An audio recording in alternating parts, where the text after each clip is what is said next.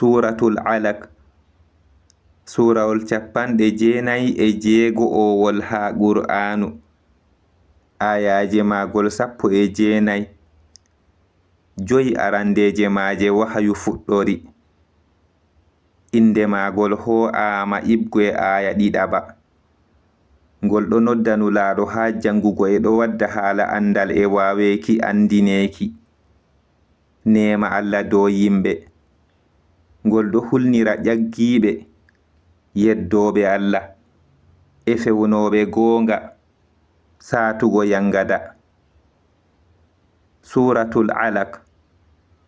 Al-Alaq heƴƴere. Be inde Allah enɗowo kinnotoɗo. Jangu be inde jawma on mo tagi o tagri neɗɗo yibgwe heƴƴere. Jangu e jawma ɓuri teddugo on mo andini be bindirgol. O andini neɗɗo ko anda. Gonga andu neɗɗo tabiti oɗo ƴaggo ngam o yi hoore mako o jaynitake. Andu faago e jawma loraki. Yilika a yina on mo haɗata jeyaɗo nde tawe o juuli. Yelika a yina to o laatake dow kanda ma bo o umri kulol. Yelika a yina to o fewni e o firliti. Yelika o andana andu Allah ɗo yi'a.